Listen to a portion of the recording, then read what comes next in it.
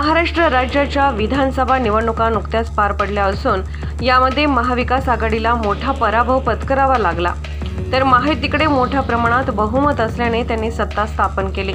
मुख्यमंत्री देवेंद्र फडणवीस यांच्या नेतृत्वाखाली एकूण 42 मंत्र्यांनी शपथ घेतली।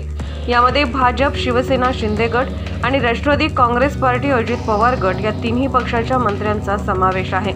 17 दिवस उलटून गेल्यानंतरही बहुतांश मंत्र्यांनी आपल्या खात्याची जबाबदारी स्वीकारली नाही। मात्र काल मुख्यमंत्री देवेंद्र फडणवीस यांनी सर्व मंत्र्यांना लवकरात लवकर खात्याचा पदभार स्वीकारावा असे आदेश दिले। आज महाड, माणगाव, पोलादपूर आमदार तथा नामदार मंत्री भरतशेठ गोगावले यांनी आपल्या कार्यालयाचा पदभार स्वीकारला।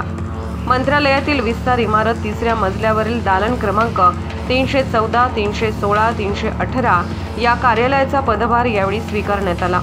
यावेळी महाराष्ट्र राज्याचे उपमुख्यमंत्री एकनाथ शिंदे यांनी नामदार भरतशेठ गोगावले यांना स्वतः खुर्चीवर बसवत त्यांचे स्वागत केले।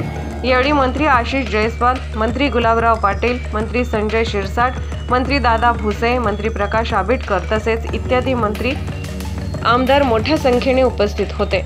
नामदार भरतशेठ गोगावले यांनी राज्याचे उपमुख्यमंत्री एकनाथ शिंदे यांना छत्रपती शिवरायांची मूर्ती देऊन त्यांचा सन्मान केला। तसेच इतर उपस्थित मंत्री महोदयांचा देखील नामदार गोगावले यांच्याकडून यावेळी सन्मान करण्यात आला। जागृत महाराष्ट्र न्यूज, रामदास चव्हाण, महाड, रायगड। चॅनलला आता आपण ट्विटरवरती देखील फॉलो करू शकता।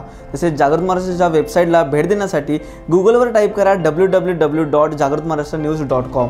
तसेच जागृत महाराष्ट्राला ट्विटर, इंस्टाग्राम, फेसबुक आणि यूट्यूबला फॉलो करा। तसेच बातम्यांना लाईक आणि शेअर करायला विसरू नका।